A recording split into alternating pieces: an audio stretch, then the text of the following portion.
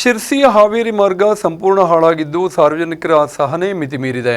ವಿಳಂಬ ಕಾಮಗಾರಿ, ವಿಪರೀತ ಧೂಳು, ಕೆಸರಿನಿಂದ ಕಂಗೆಟ್ಟ ಸ್ಥಳೀಯ ಜನರು ಇಂದು ರಾಷ್ಟ್ರೀಯ ಹೆದ್ದಾರಿಯನ್ನು ತಡೆದು ಹೆದ್ದಾರಿ ಪ್ರಾಧಿಕಾರಕ್ಕೆ ಶ್ರದ್ಧಾಂಜಲಿ ಅರ್ಪಿಸುವ ಮೂಲಕ ವಿನೂತನ ಪ್ರತಿಭಟನೆ ಕೈಗೊಂಡರು.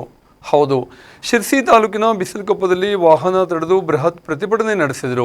ರಸ್ತೆ ಕಾಮಗಾರಿ ವಿಳಂಬ, ಅವೈಜ್ಞಾನಿಕ ಕಾಮಗಾರಿ ಹಿನ್ನೆಲೆಯಲ್ಲಿ ಸ್ಥಳೀಯ ಜನ ಹೆದ್ದಾರಿ ಪ್ರಾಧಿಕಾರದ ವಿರುದ್ಧ ಆಕ್ರೋಶ ಹೊರಹಾಕಿದರು.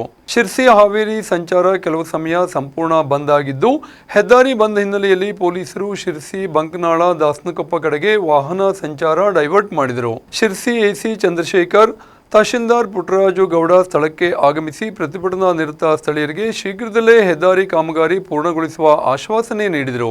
ಪ್ರತಿಭಟನೆ ಮುಂದುವರಿಸಿದ್ದ ಇಲ್ಲಿಯ ಸ್ಥಳೀಯ ಪ್ರತಿಭಟನಾಕಾರರು ಸೂಕ್ತ ವ್ಯವಸ್ಥೆ ಕಲ್ಪಿಸುವವರಿಗೆ ಪ್ರತಿಭಟನೆ ನಡೆಸುವ ಎಚ್ಚರಿಕೆ ನೀಡಿ ನಂತರ ಪ್ರತಿಭಟನೆಯನ್ನು ತಾತ್ಕಾಲಿಕವಾಗಿ ಮುಂದೂಡಿದರು.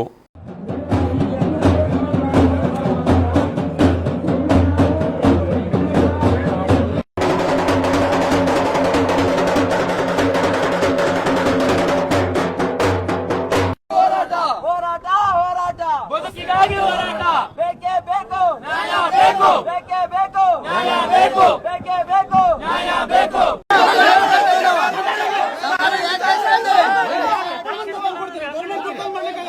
ಒಂದಿನ ಇನ್ಸೂರೆನ್ಸ್ ಕಟ್ಟಲಿಲ್ಲ, ಒಂದಿನ ಟ್ಯಾಕ್ಸ್ ಕಟ್ಟಲಿಲ್ಲ.